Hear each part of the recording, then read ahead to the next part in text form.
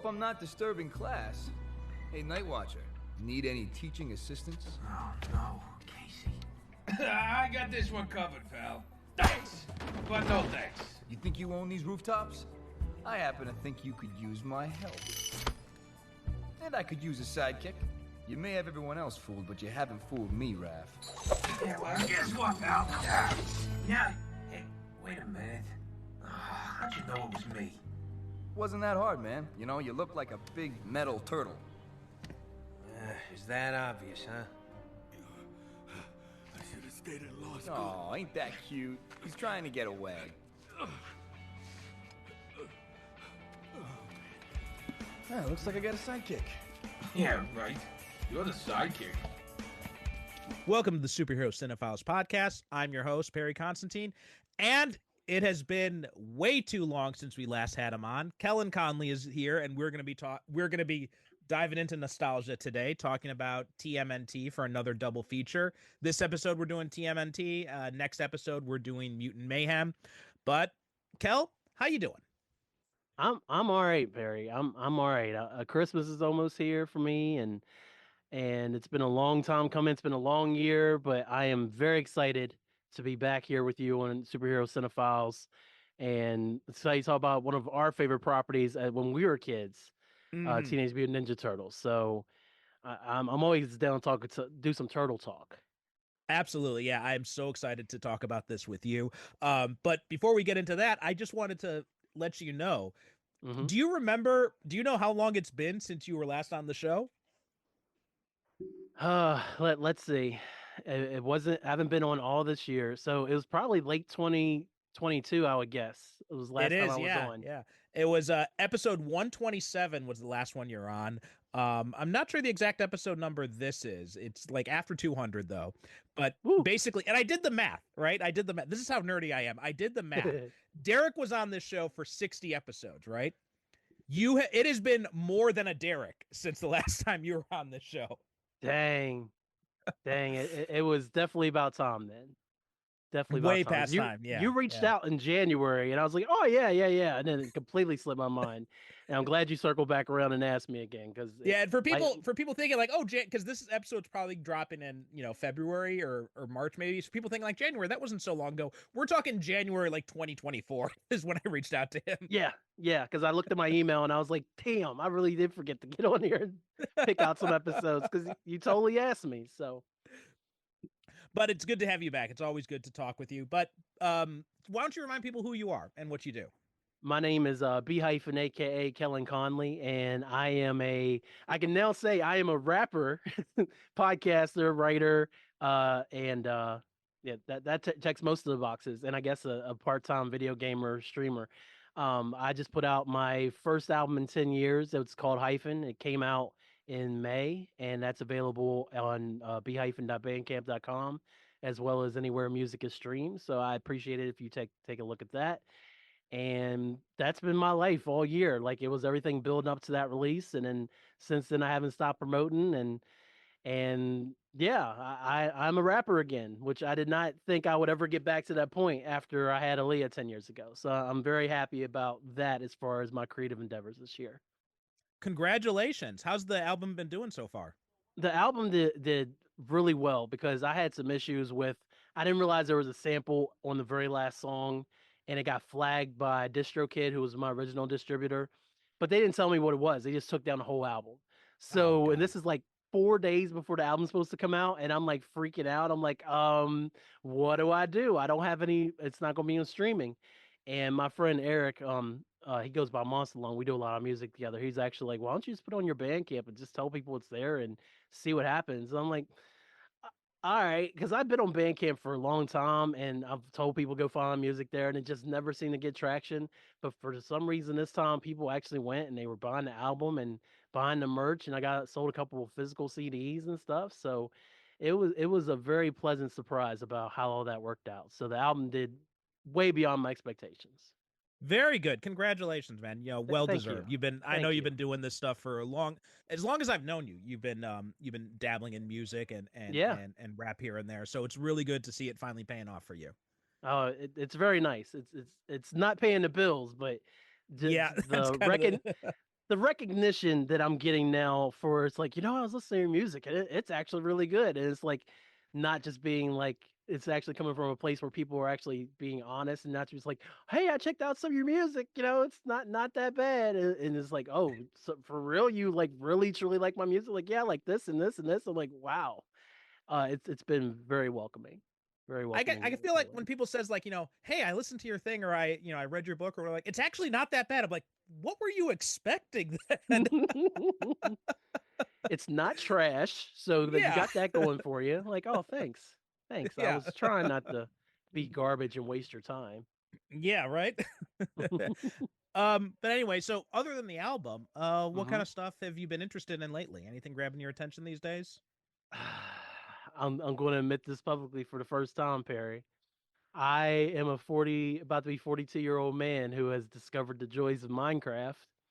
And I literally, I am too scared to play survival mode, but I am enjoying creative mode a lot. And my YouTube algorithm is nothing but Minecraft videos. And my wife tolerates it because literally any chance I get, I just sitting there watching it because I don't have time to come down here because I want to go in if I'm going to play. I don't have 4 hours to sit here and play Minecraft, so it's easier to just watch somebody else play. And for some reason, that has brought me a lot of peace and joy the last 2 months since this has entered my life. So that's my nerdy thing this time out. No, that's really cool, man. I mean, I dabbled in Minecraft a little bit here and there. Like I dip in and I dip out of it. Just because I see what other people have done with it, like the type of the amazing things people have created with it online. I'm just like, oh, that looks fun. I want to try and do that. And then I'm like, I have no idea what I'm doing. I can't really figure this out. That's how I was. That's exactly how I was. And I was scared because it got night. The monsters came out. I'm like, I need bricks. I just want to build stuff. And then I switched over to creative mode and I was like, oh, this is so much better because it's they're there, but they don't bother you. You get all your blocks. You can just sit there and it's like Legos in video games for me. So it's just like, yeah. I do like doing that it. stuff. Yeah, I like doing that stuff in like No Man's Sky has a creative mode and Subnautica too, which is cool. Yes. So I like dabbling in that, but I recently when I have time, I like my daughter my kids never let me play video games. Every time I change the channel to anything that Helena's not interested in, even if she is not watching, like she'll be sitting on the couch, her back to the TV, looking at her Kindle, and as soon as I change the channel, she flips out. So, yeah. And if I try playing a game with Philip around, like he then wants the controller, so he wants the controller and he wants to play. And if I don't, then he does the mopey sad thing where he just puts his head down until I give him what he wants. Oh yeah. Yeah, Aaliyah's not so bad anymore, but usually whatever's on the TV is something she wants to watch in the living room. So I just gotta pick my spots. And it's super difficult to play video games even with a 10-year-old because if I disappear down here for too long and she ain't got nothing to do, what are you doing? I'm playing video games and like even with Spider-Man, I've tried to get her on the PS4 and the PS5 Spider-Mans. And, like she likes swinging around, running around, but she is not good at conflict and she just wants to change costumes. I'm like, look, if you hit this, she ain't for it. She's not ready for it. But maybe one day we'll get there. But it's incredibly difficult for me to game when the house is in the sleep, and I'm tired as well. Yeah, I feel the same way. And so that when I do have a chance to play like those games and stuff like that, when I get into No Man's Sky or Subnautica, it is fun just to go into the building mode and just like just play around with stuff. But it's tough. My kids, I'm trying to get them into that kind of stuff. Like Philip, I mean, they're still very young, right? Helena's about to turn 4 at the time we're recording this, so and she's still got some babies over there. Yeah, so. yeah. And but Philip, like I fired up the Cowabunga collection, which is fitting for this, and put on the old Ninja Turtles arcade game. And I gave him the controller, and he likes looking at it and like the graphics and stuff. But he just stands there. He doesn't move the character at all. And I'm like, hey, if you just push this way, and I put it like on like infinite lives and anything, so he doesn't worry about dying. It's like you just push this way and you hit this button. No, he doesn't do it. No, I can get Aaliyah on Mario Party 8 on the Wii. I will not play her on Mario Kart Wii because I just can't do that to her. I don't want to hurt her. I don't want to hurt her. So I won't play that game with her. But we've done some Wii Sports together and things like that. But her extent is just that's about the enjoyment she's gotten is really from the Wii, honestly, which is crazy that the Wii's so old and it still works at this point in my life. So Anyway, the thing that has gotten me really excited these days is, at the time we're recording this, the new trailer for Superman has dropped, mm, and I was so psyched, man. Because they said like what it was coming out like at I can't remember what the time was, but it was like 11 o'clock at night at my time, so I set my alarm right, for it and everything. And as soon as that nice. alarm went off, I'm like, stop what I do and just go right up to YouTube. And oh man, it was. Have you seen it? I assume, right? What Yes, did you think? yes. I watched it as soon as I got home. This is different for us because when we were younger, obviously there was Christopher Reeve Superman, but we were coming at the tail end. We weren't there for Superman the movie, and then like Quest for Peace was like the last Christopher Reeves. That was like one of the first movies my dad ever took me to see, and the Quest for Peace is what it is. And then like we just had such a big gap between live action movies, so I got really hyped up for Superman Returns because that was like the peak early era of the superhero movies, and we were coming off of the X-Men trilogy and Spider-Man trilogy. I'm like, okay, Yeah, and Batman Begins too. and Batman Begins that came out in '05. You're absolutely right. So I was really pumped up for Superman Returns. And I still enjoy Superman Returns, but I also know in my heart of hearts that it's not a good Superman film. And then of course it went to the Snyderverse and Man of Steel what it was. I enjoy Batman v Superman. I don't know why. I just always have. But this truly feels like probably the same feeling that Derek had the first time that 1978 Superman the movie, first time Christopher Reeve went flying across that screen. I really feel like it's a similar feeling to what him and Tom had, um, seeing that a man can fly because it doesn't look like we're going to get a origin, which is phenomenal. Like we know the origin. It's just like Batman and Spider Man at this point. We get it. Alien came to Smallville, got right. We know. We know. I know you're going to tweak it here and there, but to see Superman do Superman things without everything being in shadows or without the corny, this is my kid, but I'm not going to say it's my kid and it's a continuation, but it kind of isn't a continuation that Superman Returns is. This really feels like a fresh start for not only Superman, but for the DC extended universe, which is something they've needed a kick in like an adrenaline boost for years. So I'm very hyped up after that trailer. Yeah, How same about here. you, Like sir? I'm so hyped, man. Like I love Superman and Lois. I think that is like my I need to uh watch that because Michael's been raving yes, about that, and I know it's over. I need so to good. really sit down and watch Yeah. that. Yeah, so good. And I'm like I said, like Tyler Hoechlin is now like my peak Superman. Like the way Hmm. what he brought to the character, the way he this like whole humanistic approach he got to him, and the fact that he's a father too. Like it's just and not only a father, but he's a dorky dad. Like he's full on dorky dad as Clark Kent, and it's like full on parenting goals right there watching him, Yes. and so I was when they said that they were gonna be moving away from that and they're gonna be doing this new movie with David Cornsweet, I was a little bit bittersweet, especially because not long after that they said this last season of Superman and Lois season 4 would be the final one. So I was really kind of bummed about that, but I mean James Gunn, man, I love the Guardians trilogy. Hmm. Um, and it's just like I loved Peacemaker and the Suicide Squad, so it's the man can do no wrong in my opinion. And so I was really pumped with like everything we were seeing. I had never seen David Cornsweet in anything before or Rachel Brosnahan. You know, Me I knew either. Nicholas Holt from some stuff, but like the X-Men movies, which I didn't like him as Beast, but as soon as I saw the first, but I know I can tell he's a good actor, so I was looking forward. Figured like, okay, well, I didn't like him as Beast, but I think he'll probably do a much better job as Lex Luthor. First images of him came out as Lex, and I'm like, okay, we look like we're cooking, Hmm. and the using the Kingdom Come style logo and everything on the Superman suit, I and know. I mean it looks. And then this first trailer, like that, how they got this, it's evocative of the Williams theme, but they update it. I think like this is, and I think that's really kind of a metaphor for the movie, what the movie is doing as a whole. It's taken these Superman mythos, these like classic things, and they're updating it. I mean, like like you said, we grew up in the 80s and the 90s when the pre-crisis stuff, like crypto and all that kind of stuff, was It gone wasn't off the around. board. Yeah, Hmm. So like I've never had like any attachment to Crypto or anything like that. When they introduced him in the comics, I'm just like, all right, whatever. He's And got a dog. Right. I feel the same yeah, way. I felt the same way. yeah. And so, but when I saw when he whistled in that trailer and you see the snow like kicking up and then Crypto comes rushing in and he's like, Crypto, take me home. And I'm just like, I lost my shit. I don't know why, but I never thought I would be so pumped for Crypto. And I am so pumped for Crypto. It was just the perfect boy and his dog moment though, except it's Superman and his dog, so it's just elevated 50 million times from the normal I've fallen in a well, go get help, lassie, and now it's like Crypto, I'm got the shit beat out of me. Get me out of here, you know.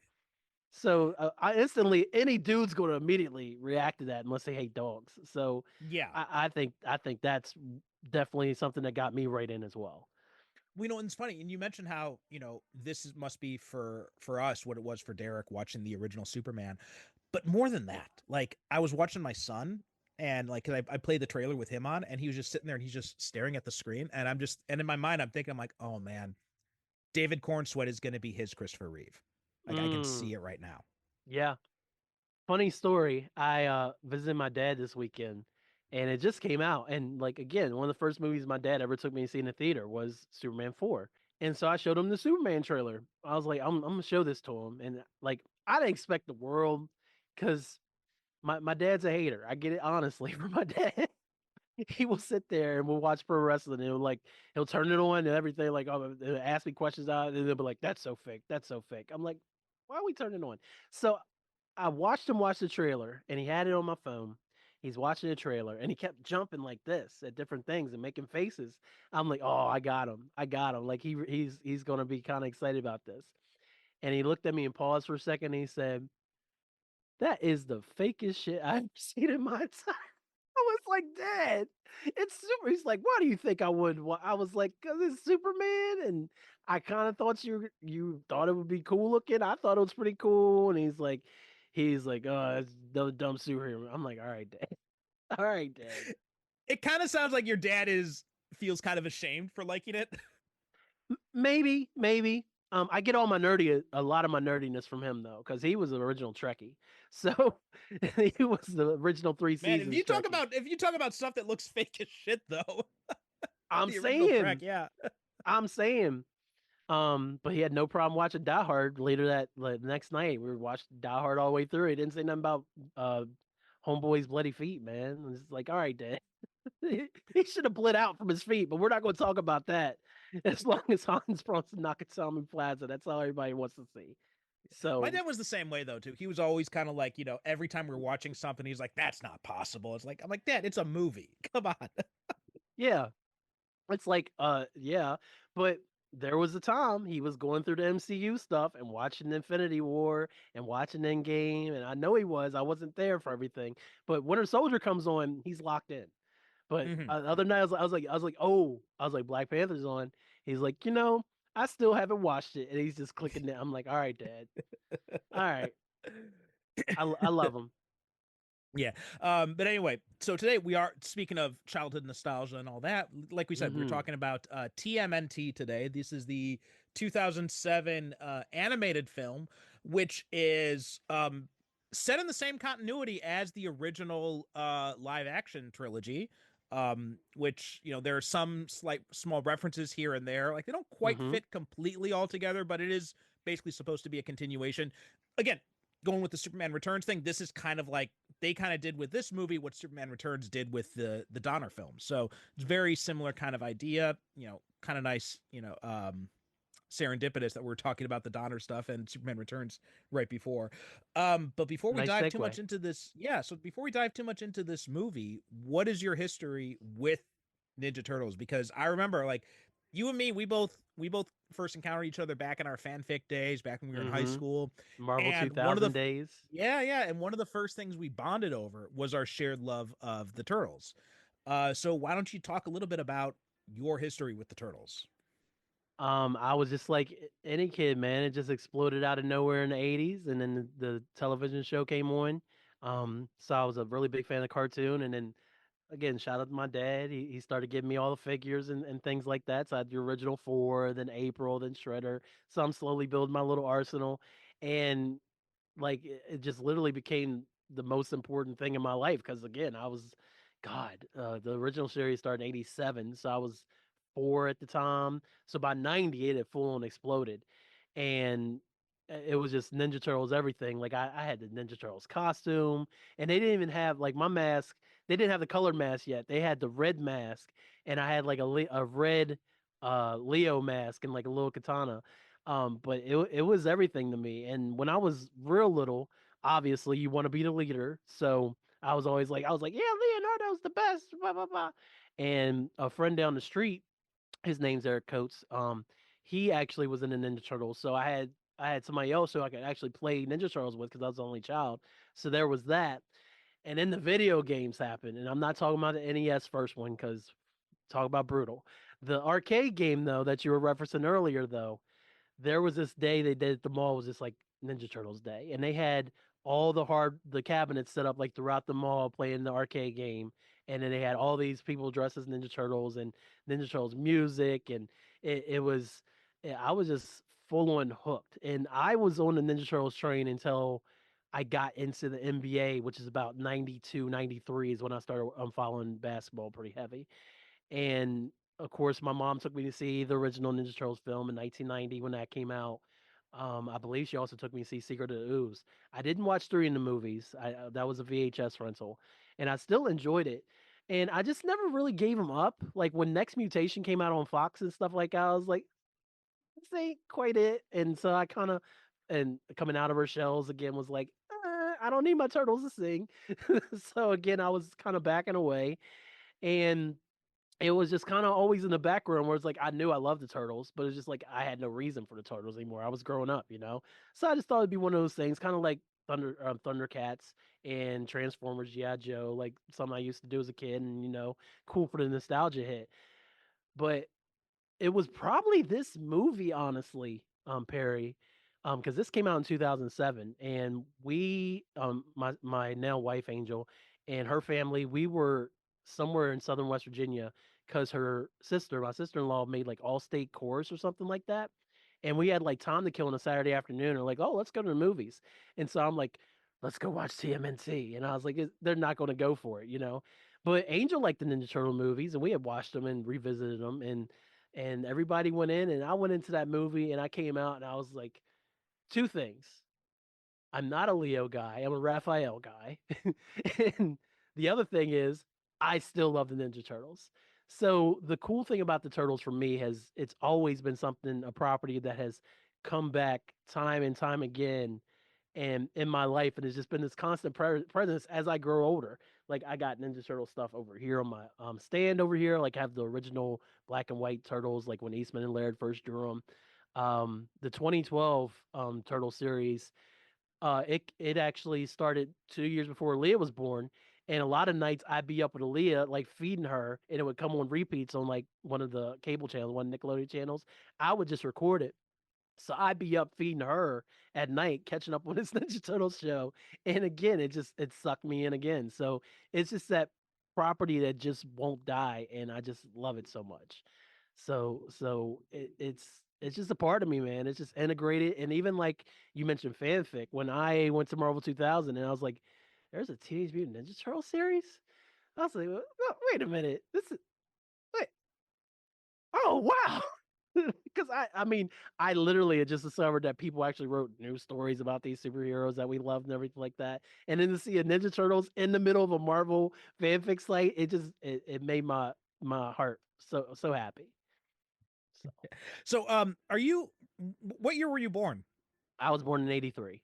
83. Okay, yeah. So same year. Yeah. So, Mm-hmm. like you, it was everywhere for those of us of our generation. Like it was just Turtle Mania. You talk about Batmania in '89. Like Turtle Mania was like our thing we had when Mm-hmm. we were growing up. It was everywhere. Like we said, they had the they had like the coming out of their shells tour, which I had that VHS tape, and I actually got a kick out of it back I had then. the tape from Pizza Hut. Yeah, Yep. yeah.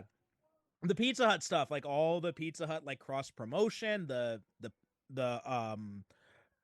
Playmates toys, like man, just like all that was like that full on got me into like, you know, action figure collecting was those toys really, because it's just like you look at the back and there are all these different characters, like who is this weird guy, and like the detail they put on these weird figures was just, you know, unbelievable. And they'd be on a TV series for like maybe one episode or even 5 minutes, and they make a figure. And there's so many figures to this day. I never saw the original episode, but I know that this character exists because they were in the original '87 series. So yeah, and then and yeah, that show, that '87 show, like it just it was a cultural touchstone for so many of us. I mean, I had the figures, I had the, you know, the play sets, the turtle sheet, the bed sheets, the pajamas, the like bed sheets. yeah, the bed all sheets. of it, man. Yeah, with the little brown weapons on there because they didn't have any real references. They're like, we can't make these too violent, so let's just make it look like the kids' weapons. Yeah, absolutely. Yeah.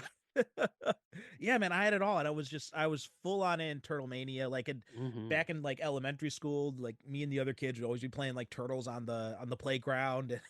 Of course, yeah. Oh yeah, all that stuff, man. I remember all that, and then and funny you mentioned that, you know, talking about the arcade game. You know, in the summer we used to go down to my grandparents had a summer home in Florida, so we used to go down there with them in the summers, and nearby there was like this mini golf course that my grandmother, it was owned by my grandmother's friend. So, and they had like, you know, like a kind of like a restaurant bar type thing there, and they had a small little arcade. So we'd go there. We like never played mini golf there. We just go there, and, you know, so my grandma could sit and talk with her friend, and then she'd give us money to use in the video arcade. And they had that that Ninja Turtles arcade game. And man, yes, I just like, my grandmother was, you know, she passed away recently, but before she died, you know, she was telling, like, we were visiting last year, and she was reminding us of, like, you know, how much money, how I'd always come back and ask for like more quarters, and it was just like, man, I must have spent a small fortune on that fucking game. Like, I know. It was nuts, man. And just like, it's and when it came out, how much money we put in video games back then. I know. And it's funny, like, how short it actually is, because, you know, I have the X-Men arcade game on my old on my PS3, and I was doing this thing with my students where most of the students, they're off on a study abroad trip, but there's one who was not going to this trip. So they asked me to do some stuff for him. So I'm like, all right, well, let's play video games. So I brought in my PS3, hooked it up. We played the arcade game. And this class is like, you know, about an hour and a half long. So we were playing the X-Men arcade game. It took us like 40 minutes to beat the whole game. And I'm just like, man, these games actually aren't that long when you don't have to worry about the quarters and shit like that. I know. Like, I found that out because one of my friends, Gary, he has the stand-up arcade game that you can buy now and get in your house. And he turned on Infinite Lives, and me, him, and another friend, we sat there. We were just waiting for WWE pay-per-view to start. And we just started playing it. And we finished the whole game within about 35 minutes. And I was like, yeah, that's it? Really? Like all this time grinding and dying, and like, I'm never going to beat this game. And then when you can cheat, I guess it's not much to it, you know, when you just keep coming back to life. Well, I remember when they get the NES version of it, when it was Teenage Mutant Ninja Turtles 2, and they ported it to the NES. Like, I remember like every time like playing that game, and my mom saying like, "Oh, it's dinner time," just hitting pause and like hoping the game will still be, because we didn't have saves for that. I know there was no battery backups, so it was literally just like, don't touch this, don't bump it, don't do nothing.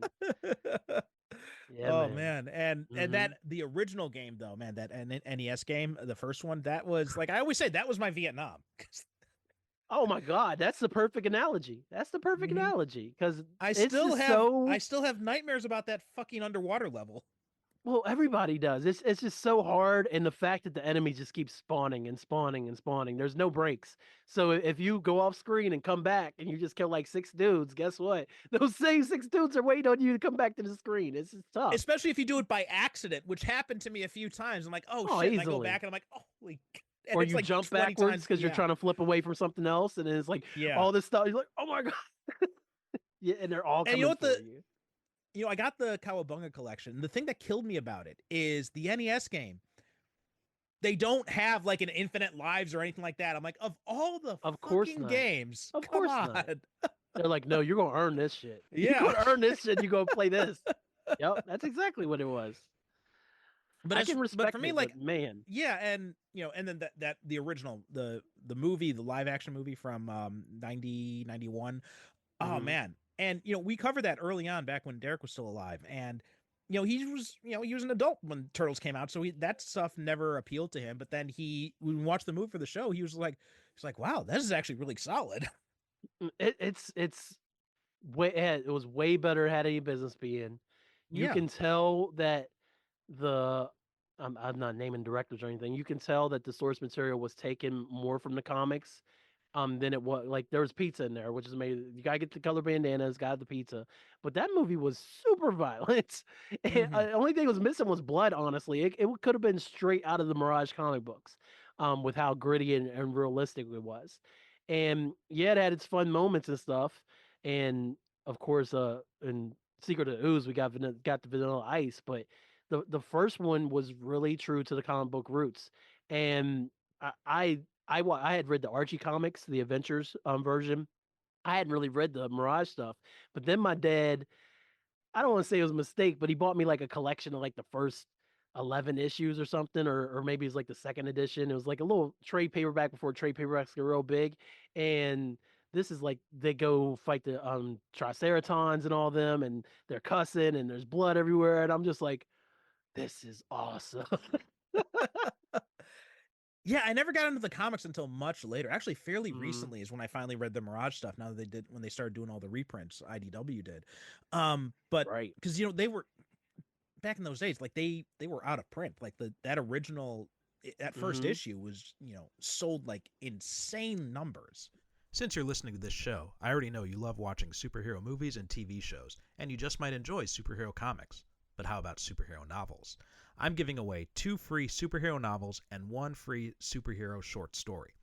Visit percivalconstantine.com/SCP to get access to Vanguard, Heroes Forged, the first novel in my own Avengers and X-Men inspired superhero novel series, and Ronin Born, my cyberpunk superhero novel set in a futuristic Japan. I'm also throwing in Fire and Lightning, a free prequel story to my new Power Rangers inspired superhero series Omega Knights. So visit percivalconstantine.com/SCP, those are just the letters SCP, to get started, or click on the link in the show notes. And now, on with the show.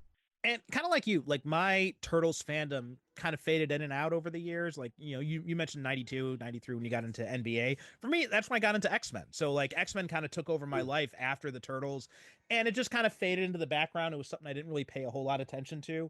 What really brought me back though, like I dipped in for Next Mutation as well, just out of, nostalgia curiosity. And I kind of had Yeah. the same feeling, like maybe the Turtles aren't for me anymore.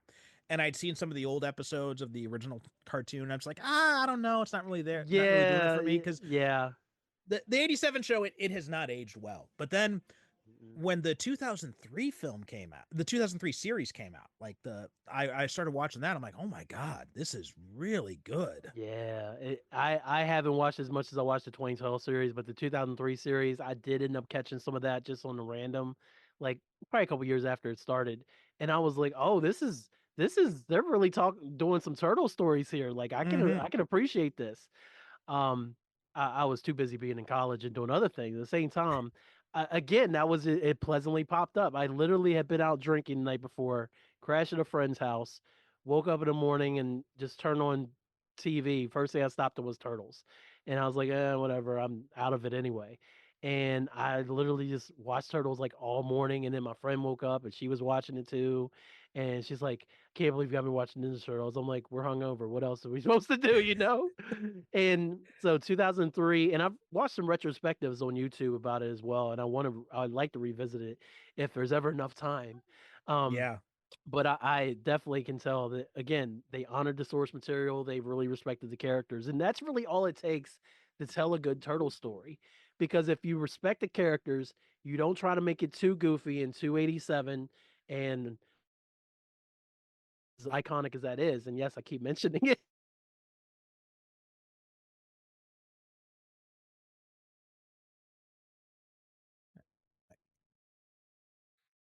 The characters are just so well fleshed out that it's it's really difficult to not tell a good story, which is just again, shout out to Eastman and Laird for how well they created these weird little turtles out of nowhere. Just just in their apartment.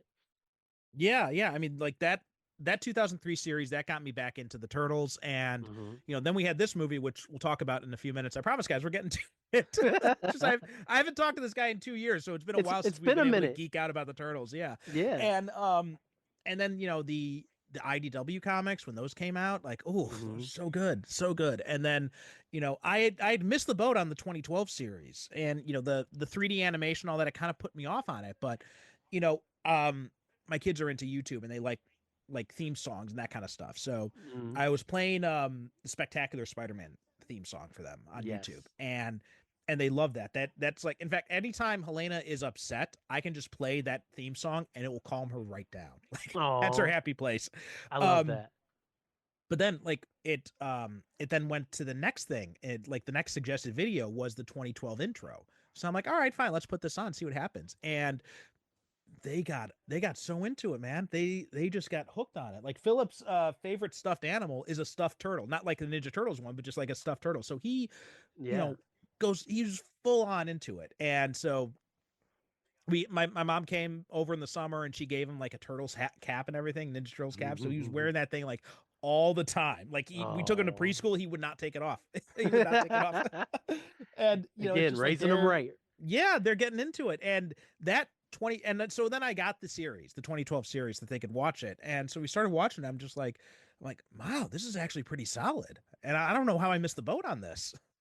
Yeah, well, you were busy leaving the country and falling in love and everything else. That's what happened. And again, I would have only watched it because I literally had nothing else to do other than try to rock Aaliyah back to sleep after I fed her in like in the middle of the night. So the 2012 series, the computer generated again threw me off, and which is funny because I see Tales of the TMNT, the newest cartoon that Nickelodeon does, and I've never really messed with it, and I was afraid Mutant Mayhem would have a lot of shades of that series. But when I first saw the computer generated graphics, I also was like you. I was like, I don't know, but what they were able to do with computer generated graphics as well as with the roster of villains, and they just constantly kept building up on a story. Like, one of my favorite episodes, I believe it's towards the end of season 1 when Shredder and Leonardo face off, and like it is just such a well done story, and the stakes are high. Like, there is no I'll get you next time, I'll make you turtle soup. No, this is like, no, it's like whoever walks away from this isn't going to be alive. Like, the other person's not going to be alive anymore. And that's the stakes they were telling on Nickelodeon. Like, and this is like primetime Nickelodeon TV in the early 2012s.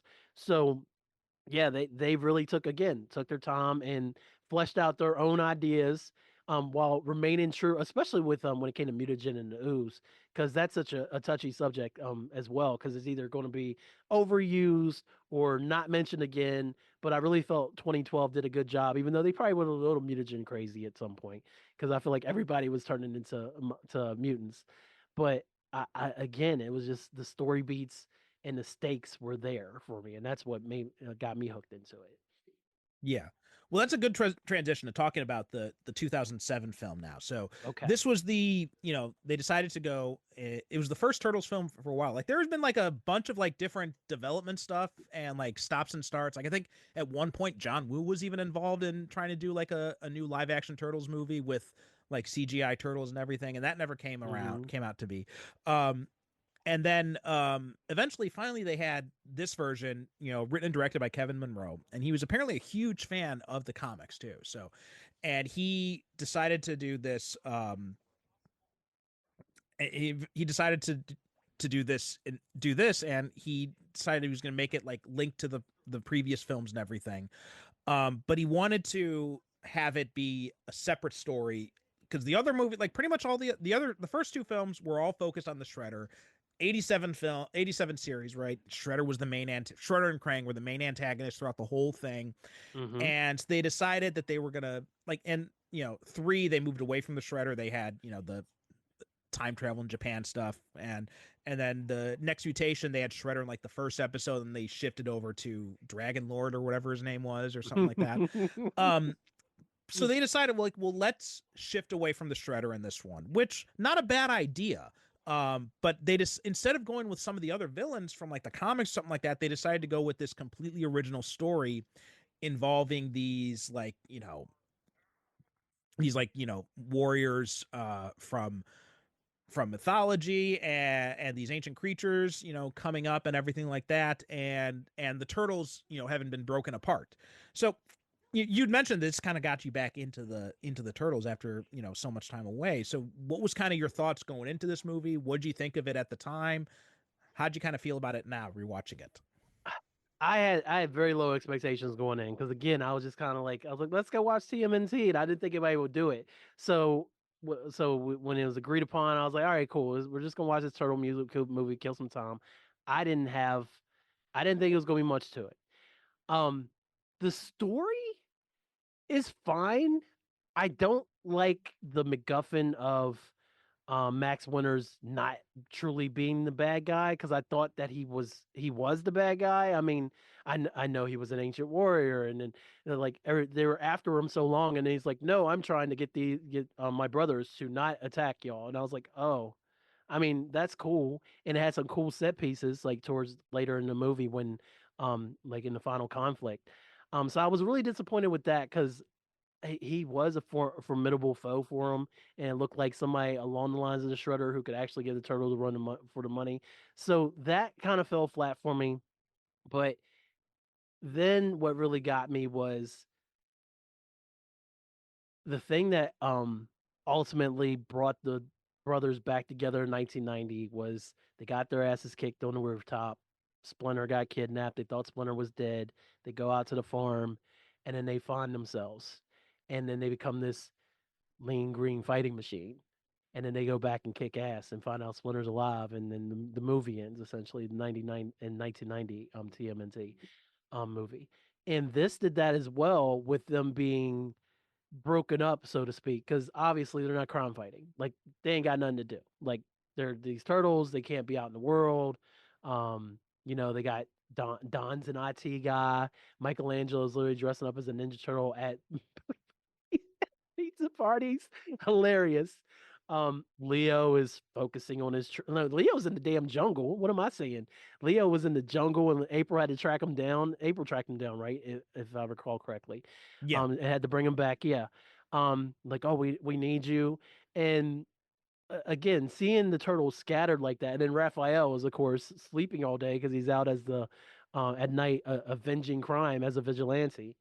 Um, but seeing them come back together and seeing them have difficulty meshing again as a unit, and then as things start happening and they have to go out and fight, and then ultimately by the time you get to the Leo Raph fight, like it was game over for me because that's something that is something we've done constantly as kids is we would always pit the turtles against each other like oh I got Leo, I got Raph, and it's like yeah, you're supposed to be fighting Shredder and Krang and everything, but sometimes you just want to square up with the turtles, and it'd be Mike versus Donatello versus Michelangelo or vice versa, but it would always be the Leo and Raph because they had the blades. So it was like your playtime as a kid on the big screen, and then the fact again that the stakes were there. Like obviously, like Leo won, cut and dry. And honestly, they made the right choice. This fight did make me realize, and this movie made me realize that I am a Raph guy, but at the same time, Leo should win because Raph is too much of a hothead to actually go forth and make the right decision to win the fight because Raph just wants to fight his way through everything, and Leo's going to think his way around things, and that's the difference between them. But it's those differences that came together after the fight, and then when they really reunited as a unit to go and cast everybody out and kind of fix the city. And even now, like I thought it in the theater back then, I was like, I can't believe they told such a good Ninja Turtle story in 2007, and I can't believe the story still holds up as well in 2024 because it's not just about them getting rid of the evil; it is about them coming back together as a unit, and it always comes back to the family that the Teenage Mutant Ninja Turtles are. So I loved this movie when it first came out. I was kind of the opposite of you. Like me, I was totally psyched for this when they first announced it. When we saw the first images, I'm just like, okay, well, I would prefer a live action thing, but this looks pretty cool. I'm glad that we're going to get someone who, you know, is serious about the turtles, right? It doesn't seem like it's going to be, you know, like Next Mutation where they're just ripping off Power Rangers. It feels like it's someone who, this is a guy who gets them, who gets what this is about. So I'm like, all right, I'm on board for this. And I went and I saw it in the theater, and I dug it. I dug it when I saw it in the theater. I bought it like right when the DVD came out, and then I hadn't seen it at all in a very long time. Like, not since it first came out, but it's been at least, you know, a good 10 years or so since I last saw this movie. Yeah. My last time was when it was on Netflix. Yeah, and I've cooled on it a bit since then. Like, you know, Okay. rewatching it for this episode, I think you're right on point. I think the stuff, the interpersonal dynamics with the turtles, with Casey and April, with Splinter, all of that stuff, you know, 5 stars complete. All of that stuff was perfect. Mm-hmm. Yes, amazing. But I do have one criticism about that is, to be honest, I'm kind of done with the Leo Raph thing. It's because it's like, it's always the go-to. It feels like it's always like, let's always pit Leo and Raph against each other. And I really feel like, you know, guys, we got Donnie and Mike here too, and they always seem to be like kind of like pushed off. They did take a back seat. Yeah, so yes, that kind of bugged me a little bit rewatching this, is just because, again, we're going through the whole Leo Raph rivalry, which it feels like we should have gotten past this if this is continuing from the original series. Just like, you know, and I think the comparison to Superman Returns is a very strong one, because like Superman Returns, this movie is kind of repeating a lot of the same beats from that first movie. And it feels like if this is going to be a sequel to that movie, we should have moved past this stuff already. So I feel like that was a little bit of a missed opportunity, was, you know, constantly going back to this stuff. The other issue I had, and this is kind of an extension of that, was Leo and Donnie's criticisms of the Night Watcher, right? Raph's vigilante identity, because, like, I can understand it if, you know, he is being overly brutal or if he's killing people or anything like that. But the stuff that he's doing, it's no different from what the Turtles used to do themselves. And it's no different from what Casey is still going out and doing himself. So I felt that criticism felt a little dishonest. Like, if you're going to say that Raph has gone off the deep end and now he's like a Punisher type vigilante, go for it. I'm all for that. But it feels like they didn't want to cross that line. No, I totally agree, because I don't know what it was, what the major issue was, why I know exactly why they did that, because they wanted to piss Raph off. And that's the thing. Sometimes the best Raph is a pissed off Raphael. And that's what fans want to see, is they want to see Raphael get pissed off. And so for them to constantly nitpick the vigilante persona, that was just another way for them to build up to the Raph and Leo fight. So I can see why it's dumb, especially because it's like, we literally did this a few years ago, but it's really just a trope so they can continue to piss off Raphael so that he can get mad enough to want to fight Leo and stuff and then reconcile. So it's really a plot device, unfortunately, and it's an unfortunate one. I have to agree with you there. I can see that. I do want to mention before we go any further, I also didn't like how the Foot was so secondhand villain to this with Karai and everything. I know that we've done the Foot Clan fights for 2 different movies, live action movies, and then now they're back. But like, for Karai to be like it's like, yo, this is, and obviously they don't say anything about her being Shredder's daughter in this film, but for Karai to be like, this is the new Foot Clan, and it's like, oh, we're laying seeds here, and then it just kind of it's just like fighting robots in the 87 series, you know. It was a little disappointing for me there. No, I'm glad you mentioned Karai, because I felt the same thing. I'm like, this feels like a good opportunity because the Foot is coming back, and they're coming back under Karai.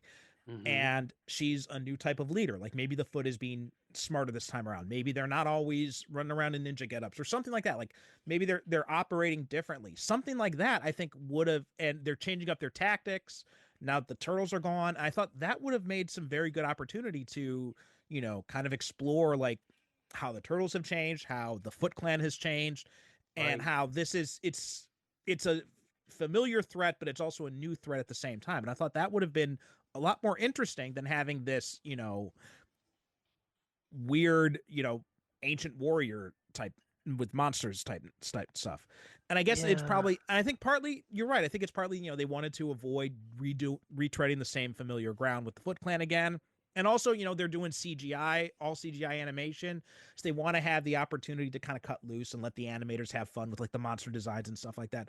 I mean, I get all that, but it just feels like, and I guess I was going to say that one thing that might have been interesting is maybe having Karai using mutagen and creating these monsters instead. But then I was thinking like, oh, maybe that is too much similar to the second movie then. So I get why they didn't want to go that route and they wanted to go with something different.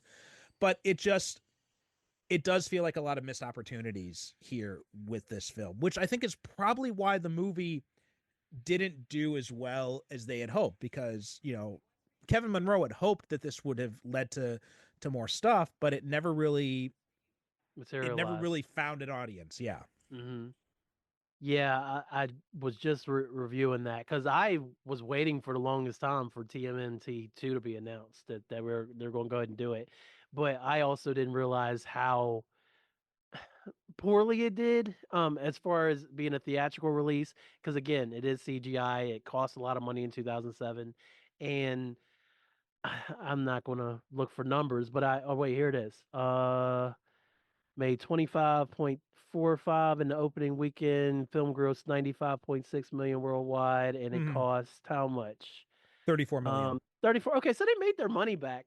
They made their money back, but I don't think it did as well as they had hoped, because they're like, Monroe said that he had planned like a trilogy where the second one would have been a loose adaptation of the City at War storyline, and then 3 would have brought in the Triceratons and the Technodrome from Dimension X. And he even said he wanted Michael Clark Duncan to voice Commander Mozar, the Triceratons leader.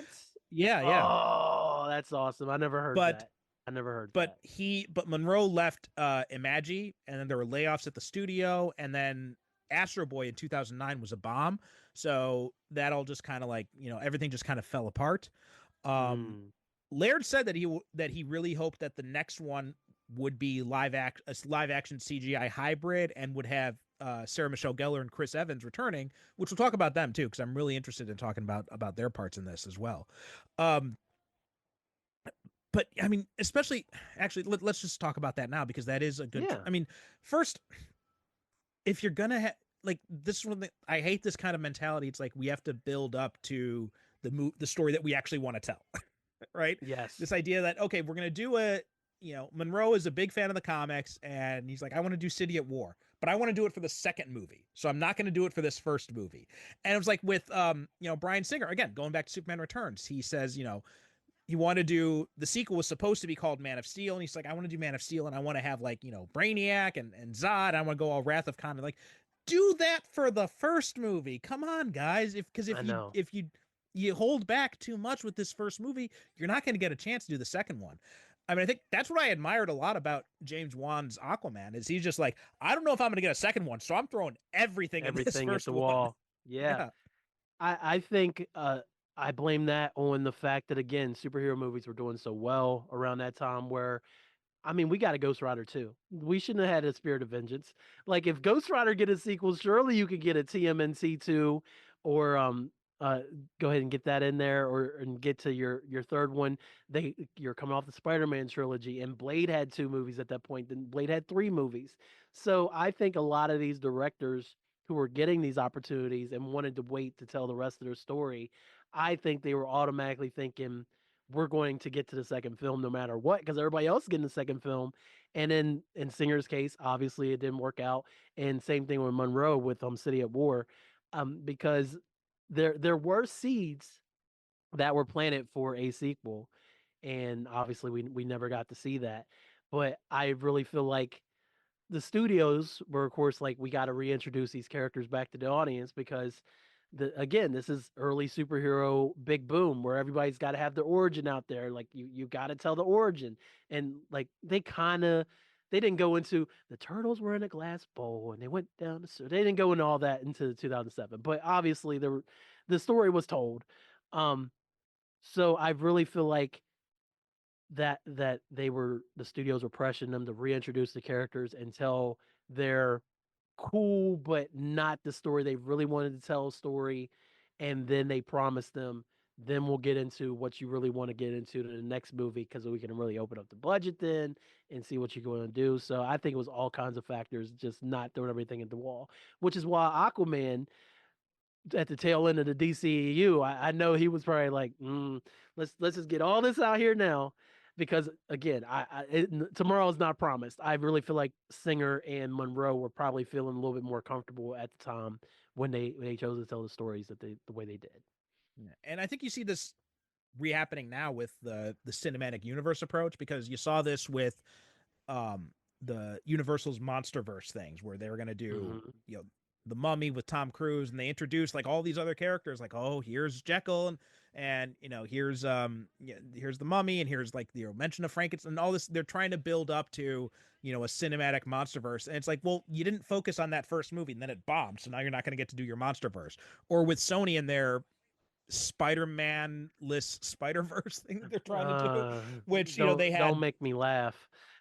I mean, they do Madam Web and Morbius, and they do Venom movies, and then they do Kraven the Hunter, and it's like they're so focused on, we're gonna set up the next one, we're gonna set up this big, and it's like you forgot that you still have to make this first movie that's gonna work. I know. I haven't watched one Venom movie. I can't do it because the first Venom movie is fun. I will give them that. Let There Be Carnage was a big disappointment. I haven't seen The Last Dance yet. Okay. Morbius was just, honestly, it wasn't even bad. It was just boring. It wasn't like I thought it was going to be, everyone was talking about it would be like this spectacular failure. Like it'd just be, balls out schlockfest. It was just bad. It was just boring. Like I fell asleep. Yeah. It's a 90-minute movie. I fell asleep like 3 times. Oh, wow.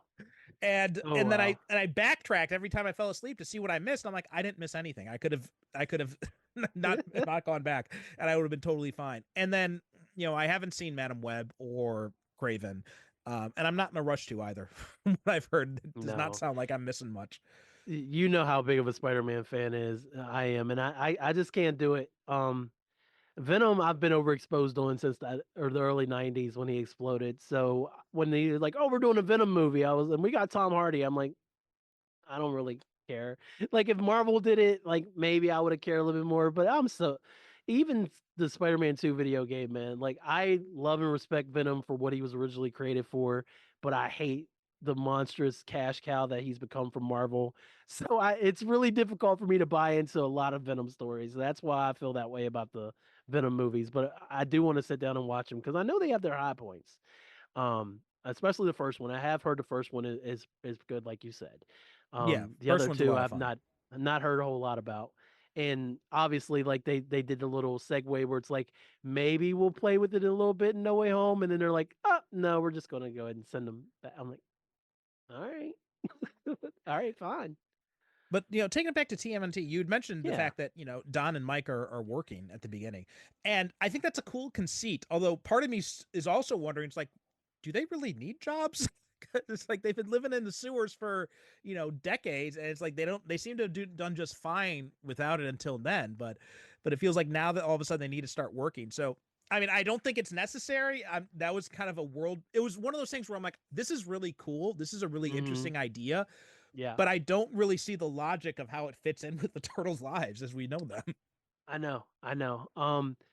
I think that was a good concept to explore because it's like, how did the turtles sustain themselves on a regular basis? Because yes, they've always been able to afford pizza, and yes, they live in the sewers, and they've cobbled together their den from all these different things they found, and they've always seemed to have a comfy sewer den. It was never going to be like April's apartment, but at the same time, they were comfy.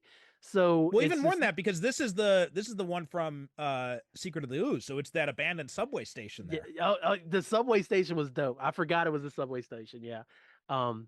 So it's a cool concept that they have to find a way to make money or do things with their time, But again, the turtles really don't want for anything. I think it's more just to show what the hell Donatello and Michelangelo are doing while Leo's on his vision quest and Raph is out fighting at night. So it's just to kind of show a different side of things when there's not the Shredder and the constant fear of someone coming after him anymore. So I It's also appreciated it. it's also interesting because this is like, if I'm not mistaken here, that they're basically not teenagers anymore. That's probably one of the reasons No, why they use TMNT instead of calling it, because it's like, that's, I guess now it's like 20 something Mutant Ninja Turtles. exactly. They were the same age we were when we watched the movie at that point. Yeah, So exactly. because they were what 15 when the original series started, like 14, 15. I forget the exact number they were. So they're like mid-teens when we got introduced to the world, and now all these years later they're definitely mid-20s. They can't go to college. They're turtles. They don't have anybody to date. That's just weird whenever they try to go that route with a human. We'll talk about So that next episode. yeah. So yeah, it literally is. I'm in my 20s, and what do I do with my time? So Mm. sometimes I like to explore that personally. It's an interesting idea. I feel like it wasn't handled as it didn't get the attention I think I would have liked to see it Mhm. given, as especially as I'm looking at this back in retrospect.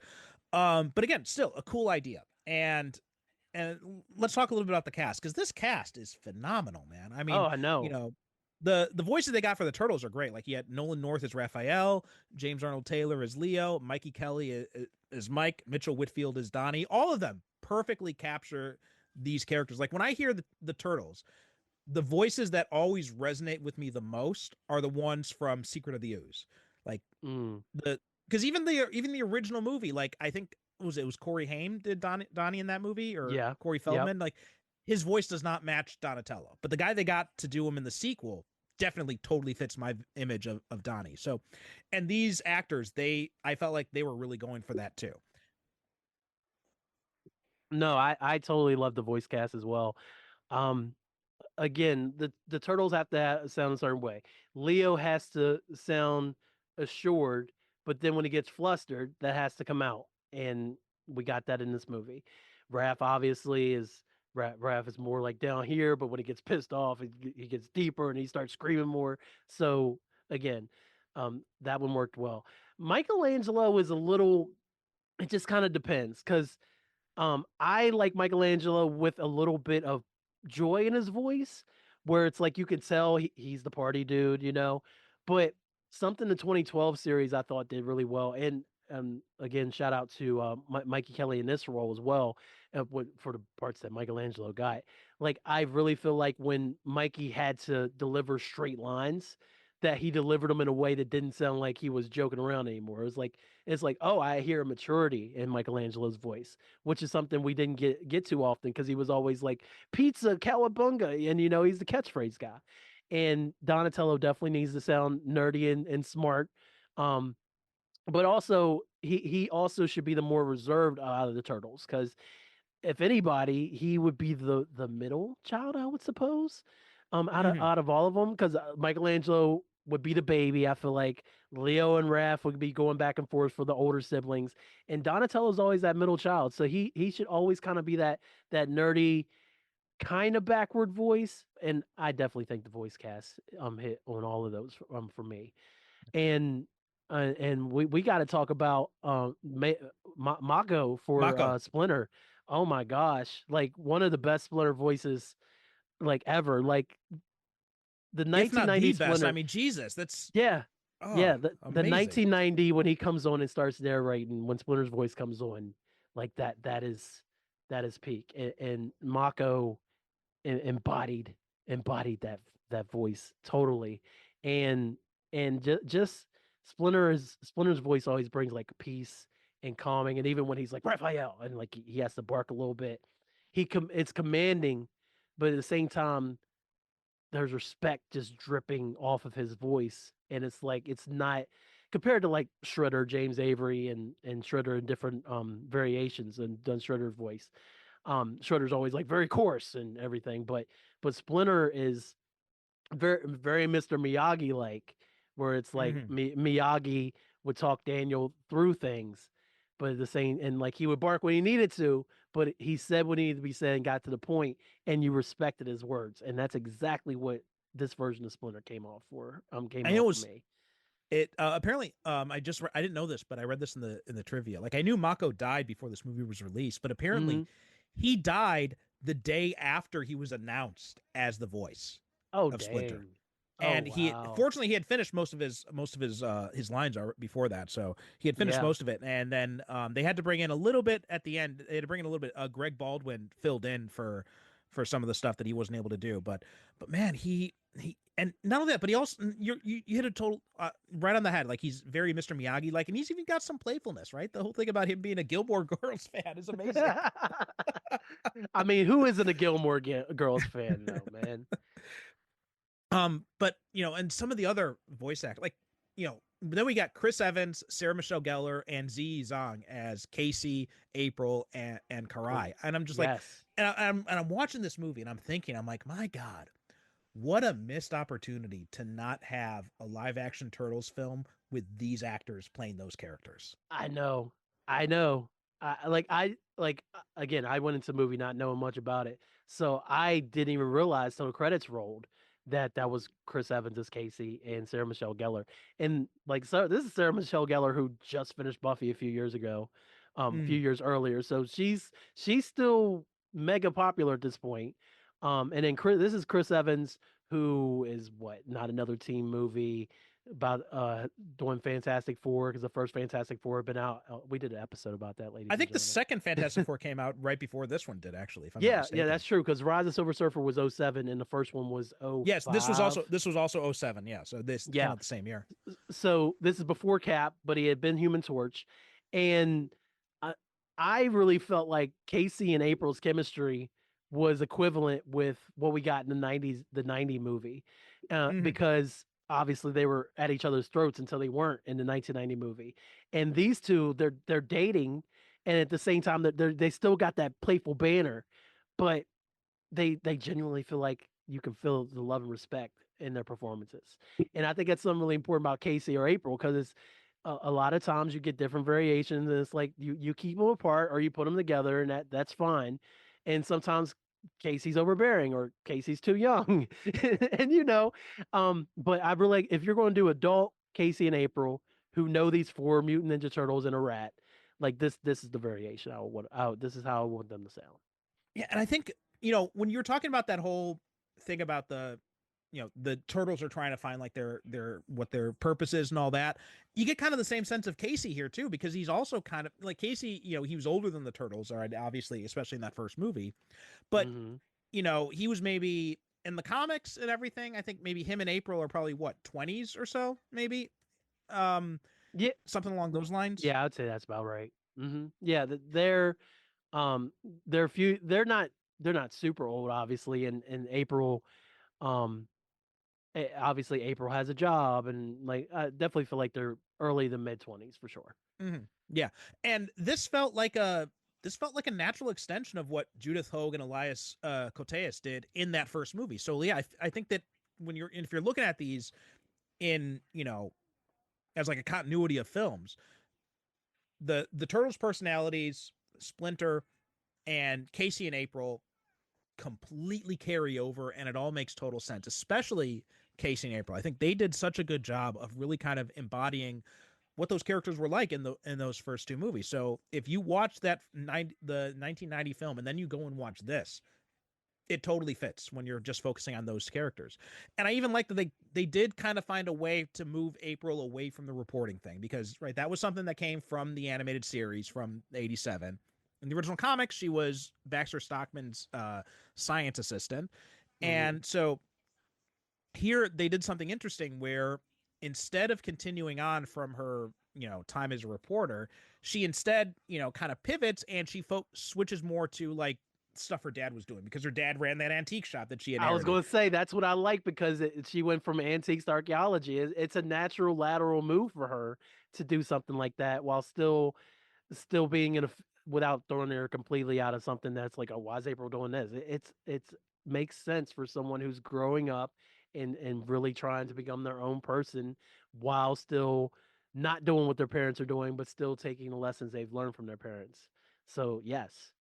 Yeah, and it worked too, also from a plot perspective, because now you have a reason for her to be the one who goes to find Leo, because she's going there on these artifact hunting trips, and that also connects her to the main plot too. So all of that is really smart writing to connect these things together in a way that doesn't feel forced. Yeah, they did a very nice job with that. And Patrick Stewart, we can't forget Patrick Stewart as Max Winters. Still talking about voice actors, like again, he just come off of the X-Men movies, so anytime you hear that iconic voice, um, Instant recognition. yeah, and somehow he doesn't take you completely out of the movie because it's like, oh, that's Patrick Stewart. No, like he's Max Winters in this movie, so I found that he worked really well.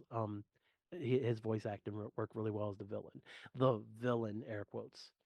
Yeah, and also we've got Ziyi Zhang as Karai. Like this was when her star was completely on the rise, right? This is after Crouching Tiger, Hidden Dragon. This is after she'd appeared in Rush Hour 2. I believe this was also after Memoirs of a Geisha. So she was like, she was on high fire at this point. Yeah. What a pull. Oh man, and can you imagine Ziyi Zhang as Karai in a live action Turtles movie, like pulling out some of that? Oh, that would have been amazing. And again, just such a missed opportunity. We didn't get that. It totally was. I'm glad that they didn't do live action because I don't think this movie gets made as live action in 2007. So I see why the pivot to animation was needed. But as far as the casting goes and getting to see those animatronic Ninja Turtle suits again, I would have loved if this had been pulled off as a live action movie, especially for her, especially for Sarah Michelle Gellar and Chris Evans, and being able to see them bring those characters truly to life and not just with their voices. And I'd never considered this before, but Chris Evans and Sarah Michelle Gellar, seeing them interact in live action would have been really cool because they got great chemistry in this movie just with their voices. So I mean, seeing them in person, I think would have been really interesting. I definitely think it would have brought a different dynamic because again, Casey and April are always side players in the turtle stories, and maybe if they had been it had been live action, maybe they could have done a little something more with them where they had a bigger story or at least a bigger plot point where they got more to do on screen aside from what they actually ended up doing in the animated movie, which would have been cool to see. Or even, this is a big if. I mean, they could have even spun off a Casey and April movie. It's maybe, I don't know, like depending on how well it did. That would have been interesting. Or if it was nowadays a Casey and April miniseries on streaming would go crazy. So that'd be an easy thing to throw together. Yeah. Also, I think it's kind of funny. One of the things that this is one of the like kind of disconnects that the movie itself seems to acknowledge, because when Casey goes out and he finds the Night Watcher, and he says he's like I know you're Raph, and he's like how'd you know? He's like, because you look like a turtle in a giant armor, and I'm like, it's like it's kind of obvious, man. Three finger gloves. Like, Raph, you're hiding in plain sight, my guy. Like, what are you doing? The thing that I don't get is that Leo encounters him, and then when he finds out it's Raph, he's like, Raph, it's you? It's like, come on, man. Leo sometimes can't see the forest for the trees, man, because Leo is he's very, this is my mission, this is what I'm going to do, and you're an obstacle in my way. Like, I mean, he's great at being a leader and thinking outside the box to defeat a purpose. But sometimes curveballs come in and Leo just be standing there like watching the ball go by, man. And that was definitely one of them because he's like, "Oh my God, you're my brother. How did I not know this?" Like, I mean, it's one thing if like the movie itself, if that's just one of the conceit you play into, right? Like, right. It's one of the part of the suspension. But when the movie itself calls it out, then it's just like, come on, man. And I'm pretty sure Mikey and Don both knew. I'm pretty sure they knew he was out running around. Because I think there was like a shared look earlier in the movie when they're talking about Raph sleeping all the time. They knew he was out running around. Like, but there's no reason to tell Leo. Leo was in the jungle. So, like, and you're not going to tell Splinter because Splinter's going to jump Raph's ass about it. So we're like, whatever. He ain't hurting nobody. I know Donatello. I think, again, that was another reason why Donatello was like like, oh yeah, like I'm not really about that vigilante life. He was trying to piss off Raph. It's Mhm. literally why he did it. And then Leo was being like, yeah, like I don't see the point of that. And Leo was being earnest, and Donatello was just being a dick. I also feel like there wasn't enough reason given for why Leo had to leave, why he'd spent this time in Central America training. Like they only kind of like hinted stuff. They never it this is kind of like a similar problem with, again, Superman Returns. There's so much in common this movie has with Mm, Superman Returns. Because just like in Superman Returns, they need a reason for him to have been gone all this time. So I know. so they invent this thing. Well, he found out he thought astronomers thought Krypton was still there. So he got hopped in a spaceship and flew off. And it's like, I mean, okay, but Hopped in his spaceship and flew off. yeah, it's like, I think we need a little bit more. I mean, it's one thing if it's like, if this is in the same universe as like the Helen Slater Supergirl movie, and it's like, okay, well, he knew Kara was there, so it was fine for him to go off, and at least talk to the woman that you banged right before leaving or something. I, But I'm saying, I'm saying it would not have hurt at all.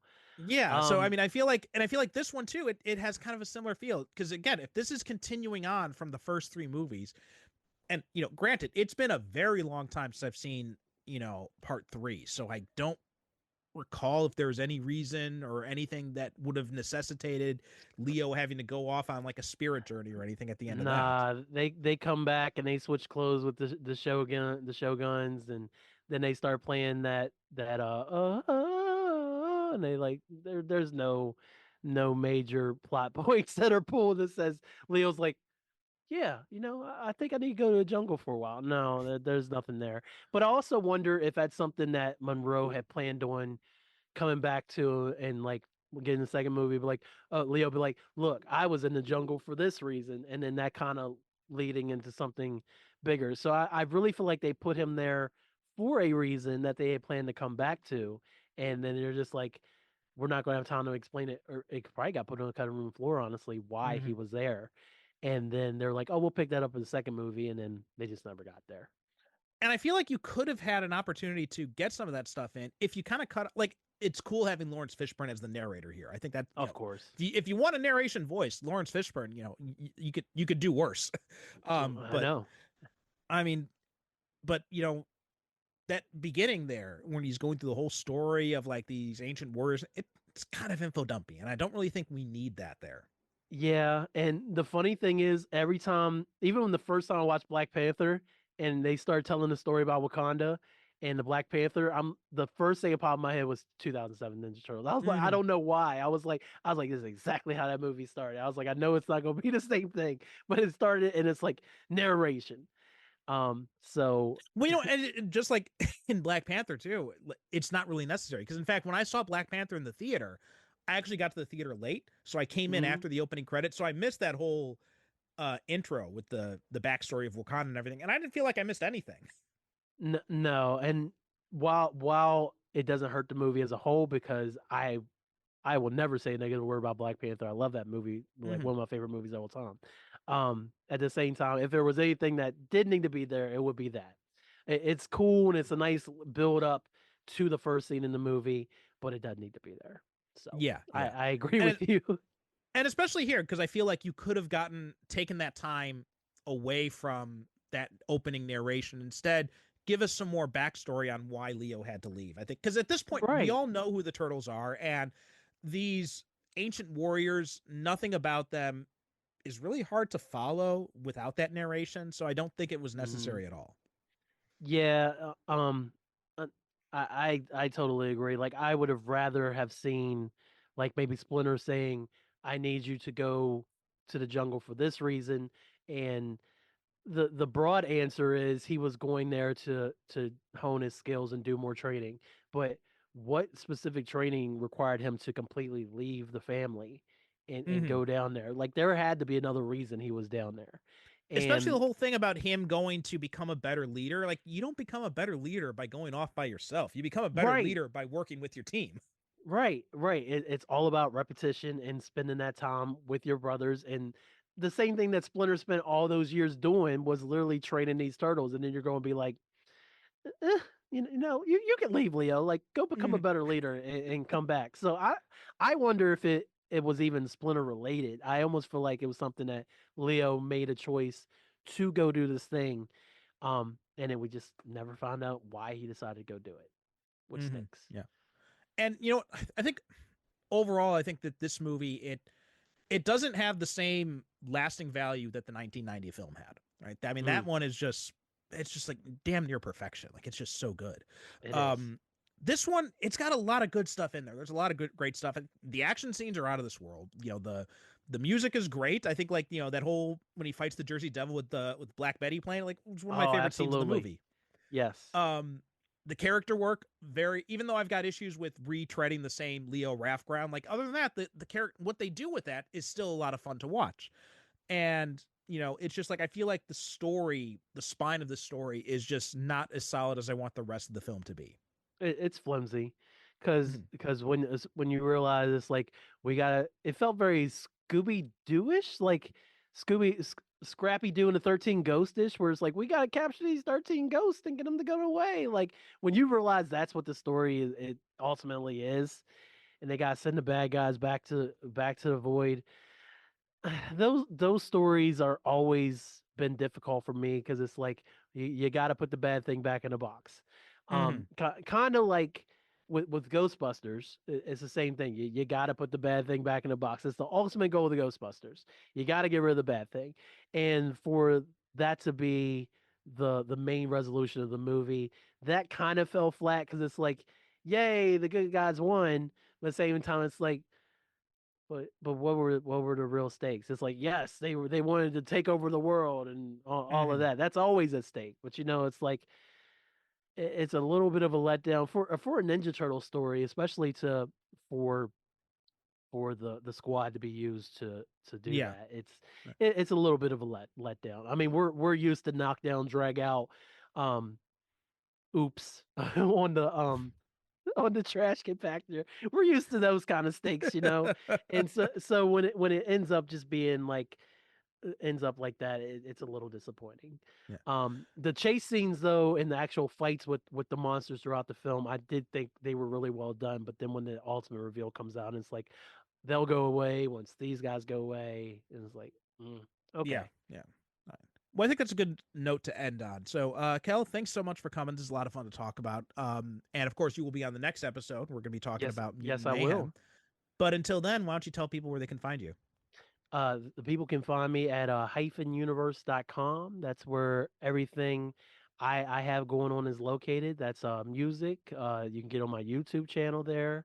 I do my podcast from there. I play video games and all kinds of stuff, as well as some writing and things as well that I gotta get back into. And that one of my New Year's resolutions is to write more. Now that I've done more music last year, I kind of have to find that balance of everything to kind of be consistent in all areas. So hyphenuniverse.com is the best place to reach me.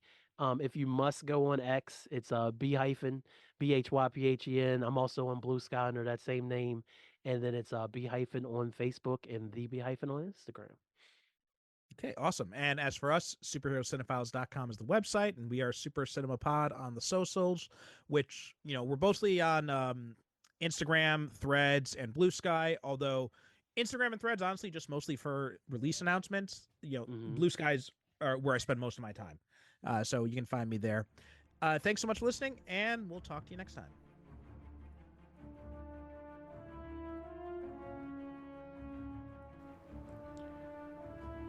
Thanks for listening to the Superhero Cinephiles podcast. Superhero Cinephiles is produced by me, Percival Constantine. The show is created by myself and the late, great Derek Ferguson, our host emeritus. Visit us on the web at superherocinephiles.com to listen to past episodes or find out how you can be a guest yourself. Support the show by visiting our advertiser links or click the Buy Me a Coffee link on the website to make a one-time donation. We are Super Cinema Pod on both Instagram and Blue Sky, so please be sure to follow us. We'd also appreciate it if you could rate and review the show on Apple Podcasts and share us with your friends.